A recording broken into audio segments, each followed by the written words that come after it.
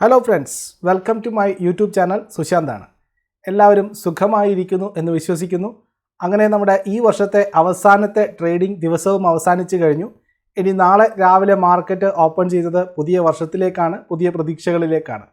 2021 ആദ്യം തന്നെ എന്നെ കാണുന്ന എൻ്റെ എല്ലാ പ്രേക്ഷകർക്കും ഒരു നന്മ നിറഞ്ഞ, ആയുരാരോഗ്യം നിറഞ്ഞ ഒരു പുതുവത്സരം നേരുന്നു. അതുപോലെ തന്നെ 2021 എല്ലാവർക്കും പ്രതീക്ഷകളുടെയും പ്രത്യാശകളുടെയും വർഷമായിരിക്കട്ടെ. അപ്പോൾ ഇന്നത്തെ മാർക്കറ്റ് ഔട്ട്ലുക്കിലേക്ക് നമുക്ക് വിശദമായിട്ട് നോക്കേണ്ടതായിട്ടുണ്ട്. വളരെയേറെ വൊളറ്റാലിറ്റിയുള്ള ഒരു വർഷമായിരുന്നു 2020 നമ്മളെ സംബന്ധിച്ചിട്ട്. ഏറ്റവും ലോ, അതായത് മാർക്കറ്റിൻ്റെ ഏറ്റവും ഈ വർഷത്തെ ലോ, അതുപോലെ തന്നെ ഏറ്റവും ഹൈയിലേക്ക് വന്ന് ക്ലോസ് ചെയ്തിരിക്കുന്നു. ഏറ്റവും ലോ നടന്ന വർഷം, അതുപോലെ തന്നെ ഏറ്റവും ഹൈയിലേക്ക് അവസാനം വന്ന് ക്ലോസ് ചെയ്ത മാർക്കറ്റ്. മാത്രമല്ല, ഈ ഒരു വർഷം ഇത്രയേറെ പ്രയാസങ്ങളിലൂടെ പോയി, പക്ഷേ മാർക്കറ്റിനെ സംബന്ധിച്ചിട്ട് വളരെ പോസിറ്റീവായിട്ടുള്ള വർഷമായിരുന്നു. രണ്ടാം പകുതി എസ്പെഷ്യലി ജൂണിന് ശേഷം വളരെയേറെ പ്രതീക്ഷകളോടെ മാർക്കറ്റ് ഇതിൻ്റെ സെക്കൻഡ് ഫേസിലേക്ക് വന്നു. ആരും തന്നെ പ്രതീക്ഷിക്കാത്ത ഒരു നേട്ടമായിരുന്നു മാർക്കറ്റിൽ ഇന്ന് വന്നിരുന്നത്. അപ്പോൾ അതിനെക്കുറിച്ച് നമുക്ക് വേറെ തന്നെ ഒരു വീഡിയോയിൽ പറയാം. ഇന്ന് കൃത്യമായിട്ടും ഇന്നത്തെ ദിവസം അനലൈസ് ചെയ്യുകയാണ് ചെയ്യുന്നത്. അപ്പോൾ മാർക്കറ്റ് ഔട്ട്ലുക്ക് നോക്കുന്നതിന് മുമ്പ് ചാനൽ ആദ്യമായിട്ട് കാണുന്നവരാണെങ്കിൽ ചാനൽ സബ്സ്ക്രൈബ് ചെയ്യാൻ മറക്കരുത്. അതുപോലെ തന്നെ മാർക്കറ്റിനെ കുറിച്ച് അറിയാനും പഠിക്കുവാനും താല്പര്യമുള്ളവരെ സംബന്ധിച്ചിട്ട് ഈ ചാനലിൻ്റെ ലിങ്ക് നിങ്ങൾ ഷെയർ ചെയ്യുക. മാത്രമല്ല, മാർക്കറ്റ് ഔട്ട്ലുക്കിൻ്റെ ഓരോ എപ്പിസോഡും ഓരോ റിസർച്ചുകൾ നിറഞ്ഞതാണ്. ഇന്നും ഞാൻ നിങ്ങളോട് കുറച്ച് റിസർച്ചുകൾ പങ്കുവെക്കാൻ പോകുന്നുണ്ട്.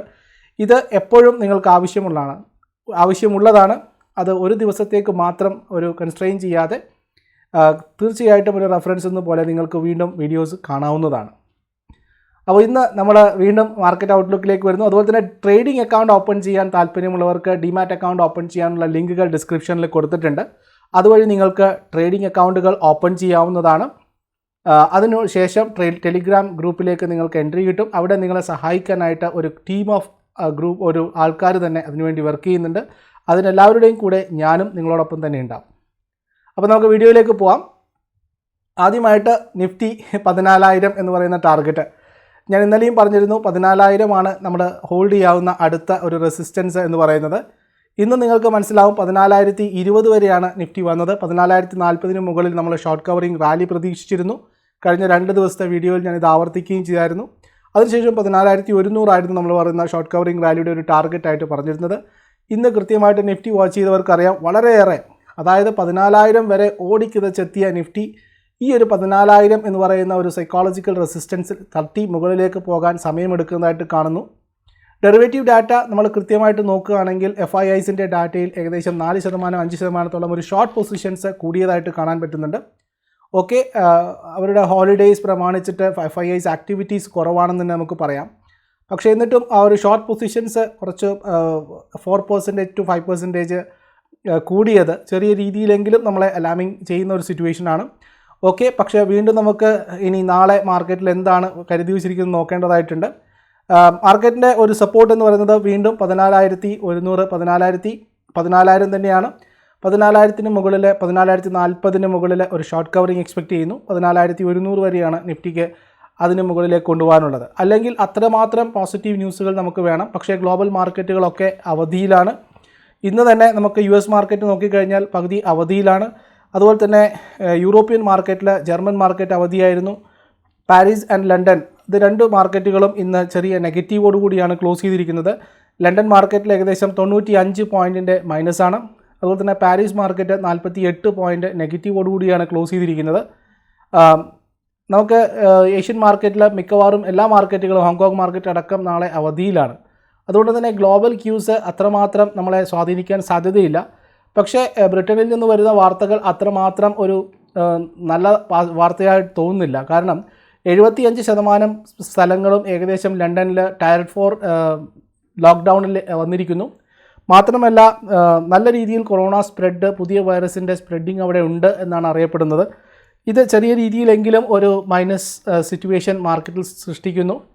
അതുപോലെ തന്നെ കുറച്ച് പോസിറ്റീവായിട്ടുള്ള ന്യൂസ് എന്താണെന്ന് വെച്ച് കഴിഞ്ഞാൽ US മാർക്കറ്റിൽ നിന്നുള്ളതാണ്. ടെസ്ലയുടെ ഷെയറുകൾ ഇന്നലെ US മാർക്കറ്റിൽ കുറച്ച് നല്ല രീതിയിൽ പെർഫോം ചെയ്യുന്നതായിട്ട് കണ്ടു. അവരുടെ ഡെലിവറി പെർസെൻറ്റേജ് ഒക്കെ വർദ്ധിക്കുന്നു. അതുപോലെ തന്നെ ബ്രെക്സിറ്റ് ഡീല് നാളെ മുതൽ UK യൂറോപ്പിൻ്റെ ഭാഗമല്ലാതായി മാറുകയാണ്. ഒരു വളരെ സ്മൂത്ത് ആയിട്ടുള്ള ഒരു ട്രേഡിംഗ് ഡീൽ എക്സ്പെക്റ്റ് ചെയ്തുകൊണ്ടാണ് ബ്രെക്സിറ്റ് നടക്കുന്നത് എന്നുള്ളത് വളരെ പോസിറ്റീവായിട്ടുള്ളൊരു കാര്യമാണ്. അപ്പോൾ ഗ്ലോബൽ മാർക്കറ്റിൽ നിന്നുള്ള ക്യൂസ് നമ്മളെ നാളെ അത് വളരെയധികം സ്വാധീനിക്കാനുള്ള സാധ്യത കുറവാണ്. ആ രീതിയിൽ നോക്കുകയാണെങ്കിൽ നമുക്ക് മാർക്കറ്റിൽ ഒരു സപ്പോർട്ട് 13,800 തന്നെയാണ് നമുക്ക് അടുത്തതായിട്ട് വരുന്ന ഇമ്മീഡിയറ്റ് സപ്പോർട്ടായിട്ട് പറയുന്നത്. അതിനുശേഷം 13,600 650 ലെവൽ വരെയാണ് നിഫ്റ്റിക്ക് അടുത്ത് കാണുന്ന ഒരു സപ്പോർട്ട് എന്ന് പറയുന്നത്. അതുപോലെ തന്നെ നമുക്ക് മുകളിലേക്ക് നോക്കുകയാണെങ്കിൽ ഒരു റെസിസ്റ്റൻസ് ആയിട്ട് നിഫ്റ്റിക്ക് ആക്ട് ചെയ്യാൻ സാധിക്കുന്നത് ഒന്നാമത് 14,000 തന്നെയാണ്. അതിനുശേഷം 14,100 14,050 മുതൽ 14,100 വരെയുള്ള ആ ഒരു ഏരിയ ആണ് നിഫ്റ്റിയുടെ ഒരു ക്യാപ്പായിട്ട് നമുക്ക് വർത്തിക്കാനുള്ളത് ഡെറിവേറ്റീവ് ഡാറ്റ പ്രകാരം. അതുപോലെ തന്നെ ഈ ഒരു ആക്ടിവിറ്റി എത്രമാത്രം നമുക്ക് നാളെ കാണും എന്നുള്ളതാണ് കാണേണ്ടത്. കാരണം ഒരു ഒട്ടുമിക്ക സ്ഥാപനങ്ങൾ അവധിയാണ്, ഇൻസ്റ്റിറ്റ്യൂഷൻസ് അവധിയാണ്. പക്ഷേ വളരെ പ്രസിദ്ധമായിട്ടൊരു കാര്യം, ഈവൻ അവർ ഹോളിഡേയ്സിലാണെങ്കിലും FIIസും DIസും ഒക്കെ ഹോളിഡേ അല്ലെങ്കിൽ FIIs എസ്പെഷ്യലി ഹോളിഡേയ്സിലാണെങ്കിലും ബൈ നടക്കുന്നുണ്ട് എന്നുള്ളതാണ്. ഇന്നലെയും 1000 കോടിക്ക് മുകളിലുള്ള ഒരു ബൈ FIIസിൻ്റെ ഭാഗത്തു നിന്നുണ്ടായി. ഇത് കാണിക്കുന്നത് ഈവൻ ഇയർ എൻഡ് ആണെങ്കിലും അവർ ഹോളിഡേയ്സിലാണെങ്കിലും അവരുടെ ബൈയിങ് കൃത്യമായിട്ട് ഇന്ത്യൻ മാർക്കറ്റിൽ നടക്കുന്നു എന്നുള്ളതാണ്. അപ്പോൾ നമുക്ക് നാളത്തെ മാർക്കറ്റ് ആക്ഷൻസ് ഈ ഒരു രീതിയിലായിരിക്കും. പക്ഷേ അത്രമാത്രം ഒരു വോളറ്റൈൽ സെഷൻ നമുക്ക് നാളെ എക്സ്പെക്റ്റ് ചെയ്യാവോ എന്നുള്ളത് സംശയമാണ്. വളരെ തണുത്ത ഒരു സെഷൻ ആയിരിക്കും നമുക്ക് മിക്കവാറും എക്സ്പെക്റ്റ് ചെയ്യേണ്ടത്. ഇനി പ്രധാനപ്പെട്ട ഇന്ത്യൻ മാർക്കറ്റിൽ സംഭവിച്ച ന്യൂസുകൾ എന്തൊക്കെയാണ്, ഇന്ത്യൻ മാർക്കറ്റിനെ സ്വാധീനിച്ച ന്യൂസുകൾ എന്തൊക്കെയാണെന്ന് നമുക്ക് നോക്കാം. ആസ്ട്രാസെനിക്ക വാക്സിൻ UK-യിൽ അവർക്ക് അനുമതി കിട്ടി. പക്ഷേ ഇന്ത്യയിൽ അതിനെ ഇന്നലെ ഒരു സ്പെഷ്യൽ കമ്മിറ്റി മീറ്റിംഗ് അപ്രൂവ് ചെയ്തില്ല. അവർ ഭാരത് ബയോടെക്കിൽ നിന്നും കൂടുതൽ വിവരങ്ങൾ ശേഖരിക്കാൻ പറഞ്ഞിരിക്കുകയാണ്. അതിനുശേഷം നാളെ ജനുവരി 1-ാം തീയതി വീണ്ടും ഒരു സ്പെഷ്യൽ കമ്മിറ്റി മീറ്റിംഗ് കൂടിയതിന് ശേഷം മാത്രമേ ഇന്ത്യയിൽ ആസ്ട്രാസെനിക്ക വാക്സിൻ്റെ പെർമിഷൻസ് പരിഗണിക്കുകയുള്ളൂ എന്നുള്ളതാണ് ആരോഗ്യ മന്ത്രാലയത്തിൽ നിന്ന് വന്നിരിക്കുന്ന റിപ്പോർട്ടുകൾ സൂചിപ്പിക്കുന്നത്. അതുപോലെ തന്നെ MTNL വീണ്ടും ഇന്ന് വാർത്തയിൽ വന്നത് 2,138 കോടി രൂപയുടെ കടപ്പത്രങ്ങൾ അവർ ഇറക്കുമതി ചെയ്തുകൊണ്ട് ഫണ്ട് ശേഖരിക്കാൻ. ഞാൻ MTNLൻ്റെ ന്യൂസ് കഴിഞ്ഞ ആഴ്ചയും പറഞ്ഞിട്ടുണ്ടായിരുന്നു. MTNL ഡൈവേഴ്സിഫൈ ചെയ്ത് MTNLൻ്റെ പ്രൈവറ്റൈസ് ചെയ്യാൻ പോകുന്നില്ല, അത് ഗവൺമെൻറ് തന്നെ അതിനെ പുനരുദ്ധീകരിച്ചെടുക്കാനുള്ള പ്ലാനുകളാണ് നടന്നുകൊണ്ടിരിക്കുന്നത് എന്നുള്ളത്.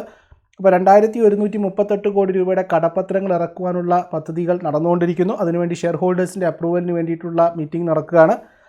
വേറൊരു കാര്യം പ്രധാനമായിട്ടും വന്നത്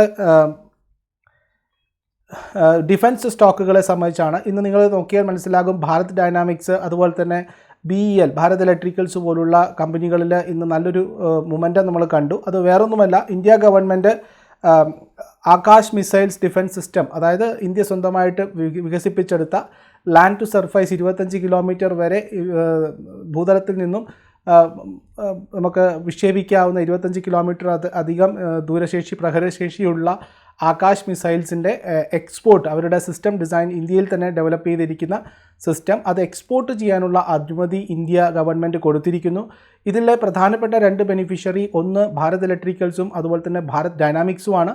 ഇവരാണ് ഇന്ത്യൻ നാവിക്കും അതുപോലെ തന്നെ ഇന്ത്യൻ ആർമിക്കും വേണ്ടി ഈ മിസൈൽ പാർട്സുകൾ നിർമ്മിച്ചിരിക്കുന്നത്. ഇത് ഇന്ത്യയുടെ ഒരു പ്രധാനപ്പെട്ട പോയിൻ്റാണ്. 2025 കൂടി $5 billion export, defence equipments export വഴി ശേഖരിക്കുക എന്നുള്ളത് ഇന്ത്യയുടെ ഒരു സ്വപ്നമാണ്, ഇന്ത്യയുടെ സ്വപ്ന പദ്ധതിയായിട്ട് പരിഗണിച്ചതാണ്. അപ്പോൾ അതിൻ്റെ ആദ്യ പടി എന്ന വണ്ണം ഈ 2 കമ്പനികളിലും ഇതിനുള്ള എക്സ്പോർട്ട് ഓർഡർ, ഇതിനു വേണ്ടിയിട്ടൊരു പ്രത്യേക കമ്മിറ്റി തന്നെ രൂപീകരിച്ചതായിട്ട് അറിയുന്നു. അതിൻ്റെ പ്രോസസ്സ് സ്പീഡപ്പ് ചെയ്യാനുള്ള ഭാഗമായിട്ടാണ് ഇതിൻ്റെ പദ്ധതികൾ വന്നിരിക്കുന്നത്. ഇത് ഡിഫൻസ് സ്റ്റോക്കുകളിൽ വരുന്ന ദിവസങ്ങളിലും വീണ്ടും ഒരു ലൈം ലൈറ്റിലേക്ക് ക്രിയേറ്റ് ചെയ്യപ്പെട്ടേക്കാം. അതുപോലെ തന്നെ മറ്റൊരു പ്രധാനപ്പെട്ട വാർത്ത വന്നിരിക്കുന്നത് 2,950 മെഗാവാട്ടുള്ള ഒരു സോളാർ പവർ പ്ലാന്റിന് ഗുജറാത്തിൽ അദാനി ഗ്രീൻ തറക്കല്ലിട്ടിരിക്കുന്നു. അതിൻ്റെ ഒരു പ്രവർത്തന അനുമതി കിട്ടിയിരിക്കുന്നു എന്നുള്ളതാണ്. ഇത് ആ കമ്പനിയെ പറ്റി പ്രധാനപ്പെട്ടതാണ്. ഇതിന് വിശദമായിട്ടുള്ള ഒരു റിസർച്ച് തന്നെ ഞാൻ പ്രിപ്പയർ ചെയ്തിട്ടുണ്ട്. അതുമായിട്ട് ബന്ധപ്പെട്ട് ഡീറ്റെയിൽ ആയിട്ട് നമുക്ക് പറയാം. അപ്പോൾ അദാനി ഗ്രീൻ എന്ന് പറയുന്നത് വളരെയേറെ റിട്ടേൺ, ഒരു 500% റിട്ടേൺ കൊടുത്തിരിക്കുന്ന ഒരു സ്റ്റോക്കായിട്ടാണ് ഈ വർഷം. ഏറ്റവും കൂടുതൽ റിട്ടേൺ കൊടുത്ത സ്റ്റോക്കുകളുടെ ഗണത്തിൽ പെടുന്നതാണ് അദാനി ഗ്രീൻ. അവർ വീണ്ടും അവരുടെ കപ്പാസിറ്റി എക്സ്പാൻഷനുമായിട്ട് ബന്ധപ്പെട്ട് ഒരുപാട് പ്രസ് റിലീസുകൾ നടത്തിയിട്ടുണ്ട്. അത് നമുക്ക് തീർച്ചയായിട്ടും നോക്കേണ്ടതായിട്ടുണ്ട്. അതുപോലെ തന്നെ വേറൊരു പ്രധാനപ്പെട്ട വാർത്ത വന്നിരിക്കുന്നത് സിനമൺ ക്യാപിറ്റൽ കെമിക്കൽസിനെ സംബന്ധിച്ചിട്ടാണ്. ഇന്ന് പബ്ലിക് പ്ലൂട്ടോണിക് വെൽത്ത് എന്ന് പറയുന്ന ഒരു ഫണ്ട് മാനേജിങ് കമ്പനി ഏകദേശം 10 ലക്ഷത്തോളം ഷെയറുകളാണ് 428 രൂപ പ്രകാരം ഇന്ത്യൻ മാർക്കറ്റിൽ നിന്നും വാങ്ങിയിരിക്കുന്നത്. അതുപോലെ മാക്സ് ഫിനാൻഷ്യൽസിൻ്റെ പ്രൊമോട്ടിംഗ് കമ്പനിയായിട്ടുള്ള മാക്സ് ഫിനാൻഷ്യൽ ഹോൾഡിങ്സ് ഏകദേശം 3.5 ലക്ഷത്തോളം ഷെയറുകളാണ് ഇന്ന് ഓപ്പൺ വിപണിയിൽ വിറ്റിരിക്കുന്നത്. ഇതുവഴി അവരുടെ പ്രൊമോട്ടർ ഹോൾഡിങ്സ് 17.35 നിന്നും 17.17 ആയിട്ട് കുറഞ്ഞിരിക്കുകയാണ്. പ്രൊമോട്ടർ സെല്ലിംഗ് ആണ് വന്നിരിക്കുന്നത്. അതുപോലെ തന്നെ പ്രധാനപ്പെട്ട മറ്റൊരു വാർത്ത IDBI ബാങ്കുമായിട്ട് ബന്ധപ്പെട്ടിട്ടാണ്. IDBI ബാങ്കിൻ്റെ IDBI federal insurance joint venture, IDBI federal ബാങ്കുമായിട്ടുള്ള ജോയിൻറ്റ് വെഞ്ചറിൽ ഏകദേശം 23% ഓഹരികൾ IDBI വിൽക്കുന്നു എന്നുള്ളതാണ് കാണുന്നത്. ഇത് ഏജിസ്, ബെൽജിയത്തിലുള്ള ഏജിസ് ഇൻഷുറൻസ് കമ്പനിയായിട്ടുള്ള ഏജീസ് ആണ് ഇവർ വിൽക്കുന്നത്. 595 കോടി രൂപയാണ് ഇതുവഴി IDBI ബാങ്ക് സമാഹരിക്കാൻ പോകുന്നത്. അതുമാത്രമല്ല ഇതുവഴി 49% ആയിട്ട്, അതായത് ഏജിസ് ബെൽജിയത്തിന് ഈ ഒരു പർട്ടിക്കുലർ കമ്പനിയിലുള്ള ഓഹരി വിഹിതം 49% ഉയരുകയാണ്. ഇപ്പോൾ അവർക്ക് നിലവിലെ 26% ഉള്ളത്. ഇത് 49% ഉയരുമെന്നാണ് പറയുന്നത്. മാത്രമല്ല ബാക്കിയുള്ള ഒരു 4% സ്റ്റേക്ക് ഫെഡറൽ ബാങ്കിന് വിൽക്കാനാണ് IDBI തീരുമാനിച്ചിരിക്കുന്നതെന്നും ബാങ്ക് വ്യക്തമാക്കിയിരിക്കുന്നു. അതുതന്നെ ഫിനോടെക്സ് കെമിക്കൽസിൻ്റെ ഷെയറുകൾ ഏകദേശം 66 ലക്ഷം ഷെയറുകൾ, 66,08,000 ഷെയറുകൾ നിപ്പോൺ ഇന്ത്യ വാങ്ങുന്നതായിട്ട്, ഓപ്പൺ മാർക്കറ്റിൽ നിന്ന് വാങ്ങുന്നതായിട്ടുള്ള വിവരം ലോക്ക്ഡീൽ ഡാറ്റയിൽ നിന്ന് വന്നിട്ടുണ്ട്. മാക്സ് ഫിനാൻഷ്യൽസിനും മാക്സ് ഫിനാൻഷ്യൽ ഹോൾഡിങ്ങിൻ്റെയും ഞാൻ കാര്യം പറഞ്ഞു. ഏകദേശം 17.35% നിന്നും അവരുടെ സ്റ്റേക്ക് 17.26% കുറഞ്ഞിരിക്കുന്നത്. ഈ ഒരു സ്റ്റേക്ക് സെയിൽ വഴിയാണ് സംഭവിച്ചിരിക്കുന്നത്. അപ്പോൾ അതുപോലെ തന്നെ സിനമൺ പബ്ലിക്കിൻ്റെ പ്ലൂട്ടോണിക് വെൽത്ത് ഫണ്ടാണ് 17.35% ഷെയറുകളാണ്, 428 രൂപ 50 പൈസ പ്രകാരമാണ് 10 ലക്ഷം ഷെയറുകൾ പ്ലൂട്ടോണിക് വെൽത്ത് മാനേജ്മെൻറ്റ് വാങ്ങിയിരിക്കുന്നത്. ഇന്ന് നമ്മൾ സിനമൺ കെമിക്കൽസിൽ അതിനുശേഷം അതിന് വലിയൊരു ആഘാതം നമ്മൾ കണ്ടതാണ്. 450 രൂപ നിലവാരത്തിൽ നിന്നും 500 മുകളിലേക്ക് ആ ഷെയർ പോവുകയുണ്ടായി. 511 രൂപ വരെ ആ ഷെയർ ഒരു ഘട്ടത്തിൽ ഉയരുകയും ചെയ്തിരുന്നു. അതുപോലെ GMR ഇൻഫ്രയെ സംബന്ധിച്ചിട്ട് നെഗറ്റീവായിട്ടുള്ളൊരു ന്യൂസാണ്. GMR ഇൻഫ്രയുടെ പ്രൊമോട്ടേഴ്സ് ഏകദേശം 6.5 കോടി ഷെയറുകളാണ് ഓപ്പൺ മാർക്കറ്റിൽ നിന്ന് സെല് ചെയ്തിരിക്കുന്നത്. ഇത് ഏകദേശം ഇക്വിറ്റി പെർസെൻറ്റേജ് വെച്ച് നോക്കുകയാണെങ്കിൽ 1.1%, മൊത്തം പ്രൊമോട്ടർ ഹോൾഡ് ചെയ്യുന്നതിൻ്റെ 1.1% സെല് ചെയ്തിരിക്കുന്നത്. 27 രൂപ 9 പൈസ വെച്ചിട്ടാണ് ഇത് വിറ്റിരിക്കുന്നത് എന്നുള്ളതാണ്. അതുപോലെ തന്നെ മറ്റൊരു പ്രധാനപ്പെട്ട വാർത്ത ഗോദ്രേജ് ഇൻഡസ്ട്രീസുമായിട്ട് ബന്ധപ്പെട്ടിട്ടാണ്. ഗോദ്രേജ് ഇൻഡസ്ട്രീസ് വളരെ കണ്ടിന്യൂസ് ആയിട്ട് ഒരു ബൈയിങ് മോഡിലാണ് പ്രൊമോട്ടേഴ്സ് ഇതിൻ്റെ ഷെയറുകൾ വാങ്ങിക്കൊണ്ടിരിക്കുന്നത്. 12.62 ലക്ഷം ഷെയറുകളാണ്, 12,62,000 ഷെയറുകളാണ് പ്രൊമോട്ടർ വാങ്ങിച്ചിരിക്കുന്നത്. ഇത് ഡിസംബർ 23 മുതൽ 28 വരെയുള്ള ഡാറ്റകളെ അടിസ്ഥാനമാക്കി നോക്കുമ്പോഴാണ് ഇത് കിട്ടുന്നത്.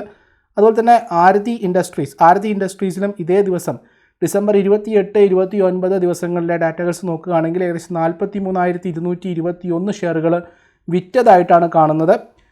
അതുപോലെ തന്നെ വെസ്റ്റ് കോസ്റ്റ് പേപ്പറും ഈ 2 ദിവസങ്ങളിലായിട്ട് 28, 29 ദിവസങ്ങളിലായിട്ട് 15,000 ഷെയറുകൾ വാങ്ങിയതായിട്ടാണ് കാണുന്നത്. അതുപോലെ തന്നെ IG6 ഹെവി എഞ്ചിനീയറിംഗ് ഇവരിൽ 20,000 ഷെയറുകളും 29 ഡിസംബറിൽ പ്രൊമോട്ടേഴ്സ് വാങ്ങിയതായിട്ട് കാണുന്നുണ്ട്. IRCTCയുടെ പുതിയ വെബ്സൈറ്റ് ഇന്ന് റെയിൽവേ മന്ത്രിയായിട്ടുള്ള പീയൂഷ് ഗോയൽ ഓപ്പൺ ചെയ്യുകയുണ്ടായി. വളരെ പ്രധാനമായിട്ടാണ് IRCTCയുടെ റിപ്പോർട്ടിൽ കാണുന്നത്. 10,000 ബുക്കിംഗ് വരെ ഒരു മിനിറ്റിൽ ചെയ്യാൻ പറ്റുന്ന രീതിയിലാണ് അതിൻ്റെ പുതിയ പുനഃക്രമീകരണം എന്നറിയുന്നു. അതുമാത്രമല്ല സെപ്പറേറ്റ് ഫുഡ് രജിസ്ട്രേഷന് വേണ്ടിയിട്ട് അല്ലെങ്കിൽ ഫുഡ് ബുക്കിങ്ങിന് വേണ്ടിയിട്ട് സെപ്പറേറ്റ് സെക്ഷൻ ഉണ്ട് എന്നും കൂടി ആ ഒരു പ്രസ് മീറ്റിങ്ങിൽ IRCTC പുറത്തുവിട്ടിരിക്കുന്നു. ഇത് വഴി വലിയേറെ ഒരു പുരോഗതിയാണ് IRCTCയിലെ ബുക്കിംഗ് കൗണ്ടറിൽ വരാൻ പോകുന്നതെന്നാണ് കമ്പനി പ്രതീക്ഷിക്കുന്നത്. അതുപോലെ തന്നെ പ്രൈം മിനിസ്റ്റർ നരേന്ദ്രമോദിയിൽ നിന്ന് വന്ന മറ്റൊരു സ്റ്റേറ്റ്മെൻറ്റാണ് ഇന്ത്യൻ ജനതയ്ക്ക് വളരെയേറെ കോൺഫിഡൻസ് നൽകുന്നത്. അതായത് വളരെ ചുരുങ്ങിയ ദിവസത്തിനുള്ളിൽ തന്നെ ഇന്ത്യയിൽ തന്നെ വികസിപ്പിച്ചെടുത്ത വാക്സിൻ ഇന്ത്യൻ ജനങ്ങൾക്ക് വേണ്ടി ലഭ്യമാകും എന്നുള്ളതാണ് പോസിറ്റീവായിട്ടുള്ള ഒരു സെൻറ്റിമെൻറ്റ്സ് വന്നിരിക്കുന്നത്. പനാസിയ ബയോ പോലുള്ള സ്റ്റോക്കുകൾ, അല്ലെങ്കിൽ പനാസിയ ബയോ ആണ് ഇതിൽ നിന്ന് ഏറ്റവും കൂടുതൽ ബെനിഫിറ്റ് കിട്ടാൻ പോകുന്ന ഇന്ത്യൻ കമ്പനി എന്ന് പറയുന്നത്. അപ്പോൾ ഈ കമ്പനികളൊക്കെയാണ് ഇനി വരുന്ന ദിവസങ്ങളിൽ ചിലപ്പോൾ ഈ ഒരു വാർത്തയുടെ ആധാരവുമായിട്ട് ബന്ധപ്പെട്ടിട്ട് ലൈം ലൈറ്റിൽ വരാനുള്ള സ്റ്റോക്കുകൾ. അതുപോലെ തന്നെ നമുക്ക് FIIസിൻ്റെ മണി ഫ്ലോ ആണ് നവംബർ ഡിസംബർ മാസങ്ങളിൽ വിദേശ ധനകാര്യ സ്ഥാപനങ്ങൾ ഇന്ത്യൻ മാർക്കറ്റിലേക്ക് പമ്പ് ചെയ്തിരിക്കുന്നത് വലിയൊരു എമൗണ്ട് ഓഫ് മണിയാണ്. ഡിസംബറിലെ കണക്കുകൾ മാത്രം വെച്ച് നോക്കുകയാണെങ്കിൽ FIIs ബൈങ് ഇന്ന് വരെയുള്ള ദിവസങ്ങളിൽ 47,088 കോടിയാണ്. 47,088 കോടി രൂപയുടെ ബൈയിങ് ആണ് വന്നിരിക്കുന്നത്. ഇത് വലിയൊരു ഇൻഫ്ലോ ആണ്. ഡിസംബറിൽ വെറും 2-3 ദിവസങ്ങളിൽ മാത്രമാണ് മാർക്കറ്റ് ഒരു മൈനസ് ആയിട്ട് ട്രേഡ് ചെയ്തിരിക്കുന്നത്. ബാക്കി എല്ലാ ദിവസങ്ങളിലും മാർക്കറ്റ് പ്ലസ് ആയിട്ട് തന്നെ അവസാനിച്ചു എന്നാണ് നമുക്ക് ഡിസംബറിലെ ഡാറ്റാസ് വെച്ച് നോക്കുമ്പോൾ മനസ്സിലാകുന്നത്. മറ്റൊരു പ്രധാനപ്പെട്ട വാർത്ത വീണ്ടും സ്റ്റീൽ സെക്ടറിൽ നിന്നാണ്. സ്റ്റീൽ സെക്ടർ നമ്മൾ വളരെയേറെ പ്രാവശ്യം ഡിസ്കസ് ചെയ്ത ഒരു സെക്ടറാണ്. വളരെയേറെ പോസിറ്റിവിറ്റി പ്രകടിപ്പിച്ച ഒരു സെക്ടറായിരുന്നു. മാർക്കറ്റ് ഏറ്റവും നെഗറ്റീവിലുള്ള സമയം പോലും സ്റ്റീൽ സെക്ടറാണ് മാർക്കറ്റ് റിവൈവ് ചെയ്യുമ്പോൾ ഏറ്റവും കൂടുതൽ തിരിച്ചു വരാനുള്ള ചാൻസസ് പ്രകടിപ്പിക്കാനുള്ളൊരു സെക്ടർ എന്ന് ഞാൻ ആവർത്തിച്ച് പറഞ്ഞിട്ടുണ്ടായിരുന്നു. ഇന്ന് ടാറ്റ സ്റ്റീലിൻ്റെ CEO അല്ലെങ്കിൽ മാനേജ്മെൻറ്റ് ടീം ഇന്നൊരു പ്രസ് റിലീസ് നടത്തിയിരിക്കുന്നു. വളരെ പോസിറ്റീവായിട്ടുള്ള ഒരു കമൻട്രിയാണ് ടാറ്റ സ്റ്റീൽ നടത്തിയിരിക്കുന്നത്. ഇതിൽ പ്രത്യേകിച്ച് പറയുന്നത് വളരെയേറെ, അതായത് സ്റ്റീൽ ഉൽപ്പാദനത്തിലും അതുപോലെ തന്നെ സ്റ്റീലിൻ്റെ പ്രൈസിലും ഉണ്ടായിരിക്കുന്ന വർധനവ് കണ്ടിന്യൂ ചെയ്യും എന്ന് തന്നെയാണ് അവർ പറഞ്ഞിരിക്കുന്നത്.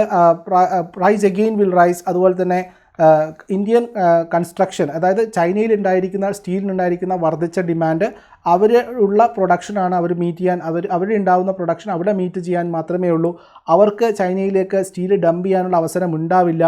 ഇന്ത്യൻ ഡിമാൻഡ് മീറ്റ് ചെയ്യാൻ ഇന്ത്യൻ ഡൊമസ്റ്റിക് പ്ലെയേഴ്സ് തന്നെയായിരിക്കാം കൂടുതലായിട്ട് വർത്തിക്കേണ്ടി വരുന്നത്. മാത്രമല്ല സാധാരണ വർഷങ്ങളിൽ ഇന്ത്യൻ GDPയുമായിട്ട് കമ്പയർ ചെയ്യുമ്പോൾ സ്റ്റീലിൻ്റെ ഗ്രോത്ത് എന്ന് പറയുന്നത്, സ്റ്റീൽ സെക്ടറിൻ്റെ ഗ്രോത്ത് ഇന്ത്യൻ GDPയെ താഴെയായിട്ടാണ് കാണാറുള്ളത്. പക്ഷേ ഇന്ത്യൻ GDPയുടെ ഗ്രോത്തിനോടനുബന്ധിച്ച് തന്നെ ഇന്ത്യൻ സ്റ്റീൽ സെക്ടറിൻ്റെയും ഗ്രോത്ത് ഇപ്രാവശ്യം ദൃശ്യമാകും എന്നുള്ളതാണ് സ്റ്റീൽ സെക്ടറിൽ നിന്നുള്ള വാർത്തകൾ പ്രകടിപ്പിക്കുന്നത്. മാത്രമല്ല അവരുടെ ഓപ്പറേഷണൽ ബെനിഫിറ്റ്, അവരുടെ ഏറ്റവും പ്രധാനപ്പെട്ടത് സ്റ്റീൽ ഉൽപ്പാദനത്തിൽ അതിൻ്റെ റോ മെറ്റീരിയൽ കോസ്റ്റായിട്ടുള്ള കുക്കിംഗ് കോളാണ്.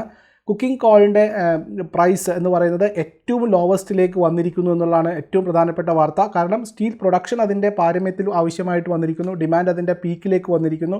പക്ഷേ അത് പ്രൊഡ്യൂസ് ചെയ്യാനുള്ള റോ മെറ്റീരിയലിൻ്റെ കോസ്റ്റ് ഏറ്റവും താഴേക്ക് വന്നിരിക്കുന്നു എന്നുള്ളതാണ്. ഇന്ത്യയുടെ കോൾ ഉൽപ്പാദനത്തിൽ അല്ലെങ്കിൽ കുക്കിംഗ് കോളിൻ്റെ ഇമ്പോർട്ട് പ്രധാനമായിട്ടും ചൈനയും ഓസ്ട്രേലിയയും തമ്മിലാണ്, അല്ലെങ്കിൽ ഇവിടെ നിന്നാണ് ഇന്ത്യയിലേക്ക് വരാറുള്ളത്. പക്ഷേ ഇന്ത്യ അതിൻ്റെ 92% കുക്കിംഗ് കോളിൻ്റെ ഇമ്പോർട്ട് നടത്തുന്നത് ഓസ്ട്രേലിയയിൽ നിന്നാണ്. അപ്പോൾ അവിടെ പ്രശ്നങ്ങളൊന്നുമില്ല, അവിടെ നിന്നും ഇമ്പോർട്ട് സുദൃഢമാണ്. നമുക്ക് റോ മെറ്റീരിയൽസിൻ്റെ കോസ്റ്റിന് ഒരു പ്രശ്നവും ഇല്ലാത്ത രീതിയിലാണ് വരുന്നത്. ഇത് സ്റ്റീൽ ഇൻഡസ്ട്രീസിന് ഒരു ആഡ് ടു അഡ്വാൻറ്റേജ് ആണ്. അപ്പോൾ അതും എല്ലാം കൊണ്ട് തന്നെ കൺസ്ട്രക്ഷൻ ആക്ടിവിറ്റീസ് കൂടുന്നു, റൂറൽ ഡിമാൻഡ് പിക്കപ്പ് ചെയ്യുന്നു. ഇതിൻ്റെയൊക്കെ ഫലമായിട്ട് സ്റ്റീൽ വർധനവ് അല്ലെങ്കിൽ സ്റ്റീലിൻ്റെ ഡിമാൻഡ് അതുപോലെ തന്നെ നിൽക്കുന്നു, പ്രൈസ് കൂടിക്കൊണ്ടിരിക്കുന്നു. അതുമാത്രമല്ല അതുണ്ടാക്കാനുള്ള കോസ്റ്റായിട്ടുള്ള റോ മെറ്റീരിയലിൻ്റെ കോസ്റ്റ് കുറഞ്ഞുകൊണ്ടിരിക്കുന്നു. അപ്പം വരുന്ന ദിവസങ്ങളിൽ ടാറ്റ സ്റ്റീൽ പോലുള്ള കമ്പനികൾക്ക് അല്ലെങ്കിൽ കൺസ്ട്രക്ഷൻ സ്റ്റീലിൻ്റെ ഉൽപ്പന്നവുമായിട്ട് ബന്ധപ്പെട്ട സ്റ്റീൽ കമ്പനികൾക്ക് വരുന്ന ക്വാർട്ടറുകൾ വളരെ നല്ലതായിരിക്കും എന്നുള്ളൊരു പ്രത്യാശയാണ് ഈ സെക്ടറിൽ നിന്നും വരുന്ന വാർത്തകൾ കാണിക്കുന്നത്. ഇനി നമ്മൾ എല്ലാവരും ഉറ്റുനോക്കുന്ന വേറൊരു വാർത്ത നാളെ വരാനുള്ളത് ഓട്ടോ സെയിൽസുമായിട്ട് ബന്ധപ്പെട്ടതാണ്. ഡിസംബർ മന്തിലെ അല്ലെങ്കിൽ ഡിസംബർ മാസത്തിലെ ഓട്ടോ സെയിൽസ് ഫിഗറാണ് എല്ലാവരും നോക്കുന്നത്. ഓട്ടോ സെയിൽസ് ഇത് പ്രതീക്ഷിച്ചുകൊണ്ട് തന്നെ ഓട്ടോ സെയിൽസ് കമ്പനികളുടെ അല്ലെങ്കിൽ ഓട്ടോ കമ്പനികളുടെ ഷെയറുകളിൽ ഇന്നൊരു മുന്നേറ്റം നമ്മൾ കണ്ടതായിരുന്നു. അപ്പം പ്രധാനമായിട്ടുള്ള എക്സ്പെക്റ്റേഷൻ എന്തൊക്കെയാണെന്ന് നമുക്കൊന്ന് നോക്കാം. ഒന്ന്, കൊമേഴ്ഷ്യൽ സ്പേസിൽ കൊമേഴ്ഷ്യൽ വെഹിക്കിൾസ് അല്ലെങ്കിൽ വാണിജ്യ വാഹനങ്ങളുടെ ഉൽപ്പാദനത്തിൽ വർദ്ധിക്കും എന്ന് തന്നെയാണ് പ്രതീക്ഷിക്കുന്നത്. റൂറൽ ഡിമാൻഡും ചെറിയ രീതിയിൽ വർദ്ധിക്കുന്നതായിട്ട് കാണുന്നു. ഐഷർ മോട്ടോഴ്സ് അതുപോലെ തന്നെ അശോക് ലൈലൻഡ് പോലുള്ള കൊമേഴ്ഷ്യൽ വെഹിക്കിൾസിൻ്റെ ഉപയോഗം കൂടിയിട്ട് തന്നെയാണ് ഉള്ളത് എന്നാണ് പറയുന്നത്. നമുക്ക് എക്സ്പെക്റ്റേഷൻ ഒന്ന് നോക്കാം. പ്രധാനമായിട്ടും ആദ്യം വരുന്നത് മാരുതിയുടെ എക്സ്പെക്റ്റേഷനാണ്. മാരുതി ഇയർ ഓൺ ഇയർ കഴിഞ്ഞ വർഷത്തെ അപേക്ഷിച്ച് നോക്കുമ്പോൾ ഈ മാസം കഴിഞ്ഞ ഡിസംബറുമായിട്ട് തട്ടിച്ച് നോക്കുകയാണെങ്കിൽ ഈ വർഷം ഏകദേശം 17% ഉയർച്ച ഉണ്ടാകുമെന്നാണ് കാണുന്നത്. പക്ഷേ നവംബറുമായിട്ട് തട്ടിച്ച് നോക്കുകയാണെങ്കിൽ വെറും 1.2% വർധനവ് മാത്രമേ ഉണ്ടാകൂ എന്നുള്ളതാണ്. കഴിഞ്ഞ വർഷത്തെ 17%, കഴിഞ്ഞ ഡിസംബറുമായിട്ട് തട്ടിച്ച് നോക്കുകയാണെങ്കിൽ 17% ഉയർച്ച തീർച്ചയായിട്ടും സെയിൽസിലുണ്ടാകും. നേരെ മറിച്ച് നവംബർ മാസത്തെ സെയിൽസുമായിട്ട് തട്ടിച്ച് നോക്കുകയാണെങ്കിൽ 1.2% ഉയർച്ച മാത്രമേ ഉണ്ടാകൂ എന്നുള്ളതാണ് കാണുന്നത്. അതുപോലെ തന്നെ എം കഴിഞ്ഞ വർഷത്തെ അപേക്ഷിച്ച് നോക്കുമ്പോൾ 4.6% വർധന ഉണ്ടാകുന്നു. അതേസമയം കഴിഞ്ഞ മാസത്തെ വർധനവുമായിട്ട് നോക്കുകയാണെങ്കിൽ മൈനസ് ഗ്രോത്താണ് മഹീന്ദ്രയിൽ കാണാൻ സാധ്യത. 4% സെയിൽസ് ഡൗൺ ആയിരിക്കും അല്ലെങ്കിൽ വിൽപ്പന കുറവായിരിക്കും എന്നാണ് മഹീന്ദ്രയുടെ എക്സ്പെക്റ്റഡ് ഫിഗേഴ്സ് കാണിക്കുന്നത്. ഈ ടു വീലർ സ്പേസ് നമുക്ക് നോക്കിക്കഴിഞ്ഞാൽ ടു വീലർ സ്പേസിൻ്റെ പ്ലെയർ ആയിട്ടുള്ള ഹീറോ മോട്ടോറിൻ്റെ കഴിഞ്ഞ വർഷത്തെ ഫിഗറുമായിട്ട് കമ്പയർ ചെയ്യുകയാണെങ്കിൽ 5.9% ഉയർച്ചയാണ് എക്സ്പെക്റ്റ് ചെയ്യുന്നത്. അതുപോലെ തന്നെ കഴിഞ്ഞ മാസവുമായിട്ട് തട്ടിച്ച് നോക്കുകയാണെങ്കിൽ -24% ഇടിവാണ് എക്സ്പെക്റ്റ് ചെയ്യുന്നത്. അതുപോലെ തന്നെ ബജാജ് ഓട്ടോസ് നോക്കിക്കഴിഞ്ഞാൽ 12.3% ഉയർച്ച നമ്മൾ എക്സ്പെക്റ്റ് ചെയ്യുന്നു. അതുപോലെ തന്നെ കഴിഞ്ഞ മാസവുമായിട്ട് കമ്പയർ ചെയ്യുകയാണെങ്കിൽ വെറും 2.7% ഉയർച്ച മാത്രമാണ് ഓട്ടോ വിപണിയിൽ നിന്നും എക്സ്പെക്റ്റേഷൻ ഉള്ളത്. ഇനി നമ്മൾ ടു വീലേഴ്സ് സെഗ്മെൻറ്റിൻ്റെ കണ്ടിന്യൂഷൻ ആയിട്ടുള്ള TVS നോക്കിക്കഴിഞ്ഞാൽ TVSൻ്റേത് കഴിഞ്ഞ വർഷവുമായിട്ട് കമ്പയർ ചെയ്യുമ്പോൾ വലിയൊരു സെയിൽസ് ഗ്രോത്ത് ആണ് നമ്മൾ എക്സ്പെക്റ്റ് ചെയ്യുന്നത്. 26.4% ഉയർച്ച ഉണ്ടാകും എന്നാണ് കരുതുന്നത്. പക്ഷേ കഴിഞ്ഞ മാസവുമായിട്ട് തട്ടിച്ച് നോക്കുമ്പോൾ -6%, അതായത് 6% ഇടിവാണ് വിപണി എക്സ്പെക്റ്റ് ചെയ്യുന്നത്. അതുപോലെ തന്നെ റോയൽ എൻഫീൽഡ് നമ്മുടെ ഐഷർ മോട്ടോഴ്സിൻ്റെ കമ്പനിയായിട്ടുള്ള റോയൽ എൻഫീൽഡ് 30.9% എക്സ്പെക്റ്റ് ചെയ്യുന്നത് ഗ്രോത്ത് കഴിഞ്ഞ വർഷവുമായിട്ട് കമ്പയർ ചെയ്യുമ്പോൾ. പക്ഷേ കഴിഞ്ഞ മാസവുമായിട്ട് നോക്കുകയാണെങ്കിൽ 3.5% ഉയർച്ച കമ്പനി എക്സ്പെക്റ്റ് ചെയ്യുന്നു എന്നുള്ളതാണ്. ഇനി നമുക്ക് കൊമേഴ്ഷ്യൽ വെഹിക്കിൾസിൽ നോക്കിക്കഴിഞ്ഞാൽ ഐഷർ മോട്ടോഴ്സും അതുപോലെ തന്നെ പ്രധാനപ്പെട്ടത് അശോക് ലേലൻഡുമാണ്. കൊമേഴ്ഷ്യൽ വെഹിക്കിൾസിൽ വളരെയേറെ വർധനവുണ്ടാകുന്നു. ഈ മാസത്തിൽ ഒരു എക്സ്പെക്റ്റേഷൻ കൂടുകയാണ് ചെയ്യുന്നത്. കാരണം ആക്ടിവിറ്റീസൊക്കെ റിസ്യൂം ചെയ്തു, ലോക്ക്ഡൗൺ ഒക്കെ പതുക്കെ മാറിക്കൊണ്ടിരിക്കുന്നു. അതുകൊണ്ട് തന്നെ കൊമേഴ്ഷ്യൽ വെഹിക്കിൾസ് ഡിമാൻഡിലേക്ക് ഒരു കൂടുതലുണ്ടാകും എന്നാണ് നമ്മൾ പ്രതീക്ഷിക്കുന്നത്. ഐഷർ മോട്ടോഴ്സിലെ കഴിഞ്ഞ വർഷവുമായിട്ട് കമ്പയർ ചെയ്യുകയാണെങ്കിൽ 20.7% കുറവാണ് എക്സ്പെക്റ്റ് ചെയ്യുന്നത്. നേരെ മറിച്ച് കഴിഞ്ഞ മാസവുമായിട്ട് കമ്പയർ ചെയ്യുമ്പോൾ 7.8% ഉയർച്ച ഐഷർ മോട്ടോഴ്സിൻ്റെ സെയിൽസിൽ പ്രതീക്ഷിക്കുന്നു എന്നുള്ളതാണ്. അതുപോലെ തന്നെ അശോക് ലേലൻഡിൻ്റെ കഴിഞ്ഞ വർഷവുമായിട്ട് കമ്പയർ ചെയ്യുമ്പോൾ 3% ഉയർച്ച പ്രതീക്ഷിക്കുന്നു. നേരെ മറിച്ച് കഴിഞ്ഞ മാസവുമായിട്ട് കമ്പയർ ചെയ്യുമ്പോഴും 7.9% ഉയർച്ചയാണ് പ്രതീക്ഷിക്കുന്നത്. അപ്പോൾ കൊമേഴ്ഷ്യൽ വെഹിക്കിൾസ് രംഗത്ത് അശോക് ലേലൻഡിനാണ് കുറച്ചുകൂടി ഒരു പാരമ്യം, അല്ലെങ്കിൽ കഴിഞ്ഞ ഫിഗേഴ്സുമായിട്ട് കമ്പയർ ചെയ്യുമ്പോൾ എക്സ്പെക്റ്റഡ് ഫിഗേഴ്സിൽ കുറച്ച് പോസിറ്റീവായിട്ട് കാണിക്കുന്നത്. അതുപോലെ തന്നെ ട്രാക്ടർ സെയിൽസിൽ മഹീന്ദ്ര ആൻഡ് മഹീന്ദ്രയുടെ ട്രാക്ടർ സെയിൽസാണ് എനിക്ക് എസ്റ്റിമേഷനായിട്ട് കിട്ടിയിട്ടുള്ളത്. ഇതിൽ കഴിഞ്ഞ വർഷവുമായിട്ട് കമ്പയർ ചെയ്യുകയാണെങ്കിൽ 27.8% ഉയർച്ചയാണ് കാണുന്നത്.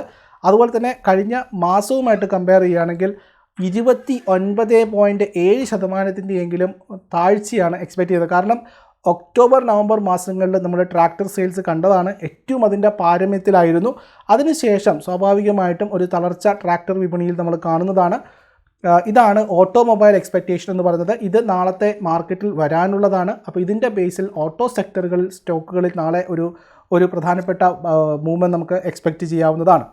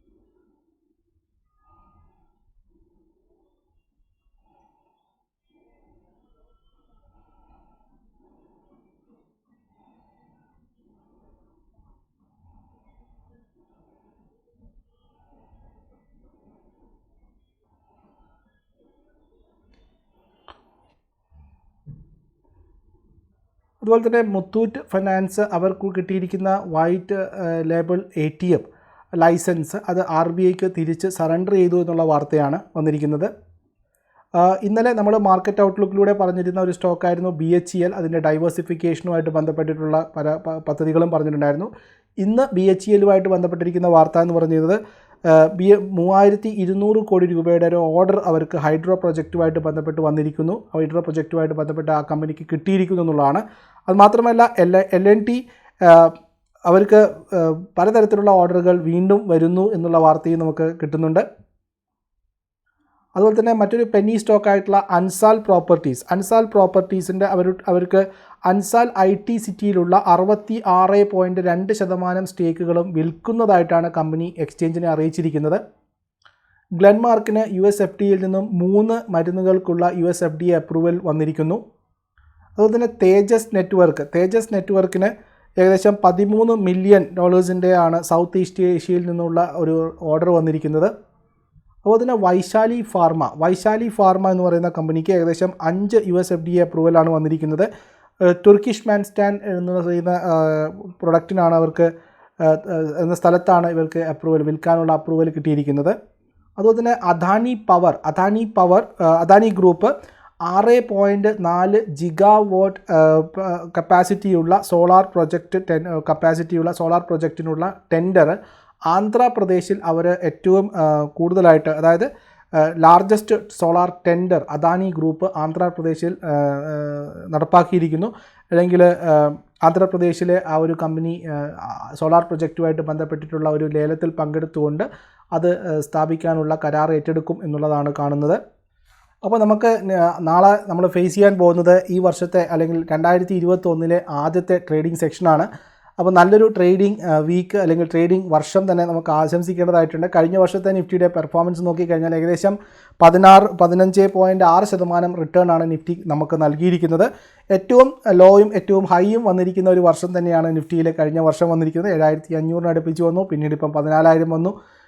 അതുമാത്രമല്ല സെൻസെക്സിൽ 14.9% റിട്ടേൺ ആണ്. പക്ഷേ ഇത് നോക്കിക്കഴിഞ്ഞാലല്ല, ഇൻഡിവിജ്വൽ ആയിട്ടുള്ള സ്പെസിഫിക് ആയിട്ടുള്ള സ്റ്റോക്കുകൾ നോക്കിക്കഴിഞ്ഞാൽ ഏകദേശം 500-ഉം 600-നും മുകളിൽ ശതമാനം റിട്ടേൺ നൽകിയ സ്റ്റോക്കുകൾ നമുക്ക് ഇന്ത്യൻ സ്റ്റോക്ക് മാർക്കറ്റിൽ ലഭ്യമായിട്ടുണ്ട്. അപ്പോൾ അങ്ങനെയുള്ള ഹിഡൻ ജെമ്മുകൾ തേടിയുള്ള യാത്രകളാണ് ഇനി വീണ്ടും നടത്താനുള്ളത്. അതിലേറ്റവും കൂടുതൽ സ്റ്റേബിളായിട്ട് റിട്ടേൺസ് കൊടുക്കുക എന്നുള്ളതാണ്. പക്ഷേ കഴിഞ്ഞ ഒരു വർഷം നമുക്ക് ഒരിക്കലും തന്നെ ഒരു യാർഡ് സ്റ്റിക്കായിട്ട് എടുക്കാൻ പറ്റില്ല. കാരണം അതൊരു എനോർമസ് ആയിട്ടുള്ള ജേണി ആയിരുന്നു. ഇനി നമുക്ക് അതുപോലെ തന്നെ ഇന്ത്യൻ മാർക്കറ്റിലേക്ക് അവസാന 3-4 മാസങ്ങളിൽ വിദേശ ധനകാര്യ സ്ഥാപനങ്ങൾ ഇറക്കിയിരിക്കുന്ന ഫണ്ട്, അതാണ് പ്രധാനമായിട്ടും ആ ലിക്വിഡിറ്റിയാണ് ഇന്ത്യൻ മാർക്കറ്റിനെ അവസാന ഘട്ടത്തിൽ നമുക്ക് മുന്നോട്ട് നയിച്ചത് എന്ന് പറയാം. അപ്പോൾ ആ ഒരു കാര്യങ്ങളൊക്കെ കണക്കാക്കി കൊണ്ടുവേണം നമുക്ക് അടുത്ത ഒരുപാട് കാര്യങ്ങൾ നമ്മൾ 2020 മാർക്കറ്റിൽ നിന്നും പഠിച്ചു കഴിഞ്ഞു. ഇനി 2021 മാർക്കറ്റിലും വീണ്ടും നമുക്ക് നല്ല നല്ല സ്റ്റോക്കുകൾ കണ്ടെത്താനും നല്ല നല്ല ഇൻവെസ്റ്റ്മെൻറ്റ് പ്ലാനുകൾ ചെയ്യാനും പറ്റുമെന്ന് വിചാരിക്കട്ടെ. അപ്പോൾ അതിന് മുന്നോടിയായിട്ട് വളരെ ക്രൂഷ്യലായിട്ടുള്ള ഒരു നാളത്തെ ട്രേഡിംഗ് സെഷൻ എന്ന് പറയാം. നമുക്ക് അത്രമാത്രം ഒരു വൊളറ്റാലിറ്റി അല്ലെങ്കിൽ അത്രമാത്രം സ്പെസിഫിക് ആയിട്ടുള്ള ന്യൂസുകൾ വന്നാൽ മാത്രം വൊളറ്റാലിറ്റിക്ക് ചാൻസ് ഉള്ള ഒരു സെഷനാണ് നാളെ. അല്ല എങ്കിൽ ഒരു വളരെ മൈൽഡ് ആക്ടിവിറ്റീസ് കുറഞ്ഞ ന്യൂ ഇയറിന് വളരെ ചെറിയ ആക്ടിവിറ്റീസ് മാത്രമുള്ളൊരു ഒരു സെഷനായിരിക്കാം. 14,000 മുകളിലേക്ക് നമുക്ക് കിട്ടുന്നുണ്ടോ ക്ലോസിംഗ് എന്നുള്ളതാണ് നമുക്ക് ആദ്യം നോക്കേണ്ടത്. 14,000 മുകളിൽ, 14,050 മുകളിൽ, 60 മുകളിൽ നമുക്ക് ക്ലോസിംഗ് കിട്ടുക എന്നുള്ളതാണ്. അപ്പോൾ ഇൻഡിവിജ്വലായിട്ട് സ്റ്റോക്കിൽ ട്രേഡ് ചെയ്യുന്നവരെ സംബന്ധിച്ചായിരിക്കും കൂടുതൽ ഓപ്പർച്യൂണിറ്റീസിന് സാധ്യതയുള്ളത്. കാരണം സ്റ്റോക്കിൻ്റെ ന്യൂസ് ബേസിലോ മറ്റുമായിട്ട് വാർത്തകൾ സൃഷ്ടിക്കുന്നതിനനുസരിച്ചിട്ട് സ്റ്റോക്കുകളിൽ മാറ്റം വരാം. അല്ലാതെ ഇൻഡെക്സിൽ വലിയൊരു ഹ്യൂജ് റാലി, വലിയൊരു ഹ്യൂജ് ഗ്യാപ് ഡൗൺ അല്ലെങ്കിൽ അപ്പോൾ നമ്മൾ പ്രതീക്ഷിക്കുന്നില്ല എന്ന് നമുക്ക് കരുതാം. അപ്പം ഏതായാലും പുതിയ വർഷം പുതിയ ട്രേഡിംഗ് സ്ട്രാറ്റജീസ് പരിശീലിക്കുന്നവർക്കും പുതിയ ട്രേഡിംഗ് രീതികൾ അവലംബിക്കുന്നവരെ സംബന്ധിച്ചിട്ടും വളരെ കൃത്യമായിട്ട് ന്യൂസുകൾ മനസ്സിലാക്കുക, റിസർച്ചുകൾ നടത്തുക, അതിനുശേഷം ഇൻവെസ്റ്റ്മെൻറ്റ് മെത്തേഡുകൾ ഫോളോ ചെയ്യുക എന്നുള്ളതാണ്. അപ്പം മാർക്കറ്റ് ഔട്ട്ലുക്ക് സ്ഥിരമായിട്ട് കാണുക. നിങ്ങൾക്ക് ആവശ്യമായിട്ടുള്ള വിവരങ്ങൾ ഉൾക്കൊള്ളിച്ചുകൊണ്ട് നിങ്ങളുടെ കമൻറ്റുകളിൽ നിന്നും വ്യക്തമാകുന്നുണ്ട് നിങ്ങൾക്ക് എത്രമാത്രം അത് ഉപകാരപ്രദമാകുന്നു എന്നുള്ളത്. അപ്പം തുടർന്നും നിങ്ങൾ മാർക്കറ്റ് ഈ ചാനലിനോട് സഹകരിക്കുക. അതുപോലെ തന്നെ നിങ്ങളുടെ സപ്പോർട്ടും കാര്യങ്ങളും സജഷൻസൊക്കെ ചെയ്യുക. നിങ്ങളോടൊപ്പം തന്നെ മാർക്കറ്റിൽ പഠിക്കുവാനും അതുപോലെ തന്നെ വളരുവാനും നമുക്ക് ഒരുമിച്ച് വളരാം എന്ന് തന്നെയാണ് പറയാനുള്ളത്.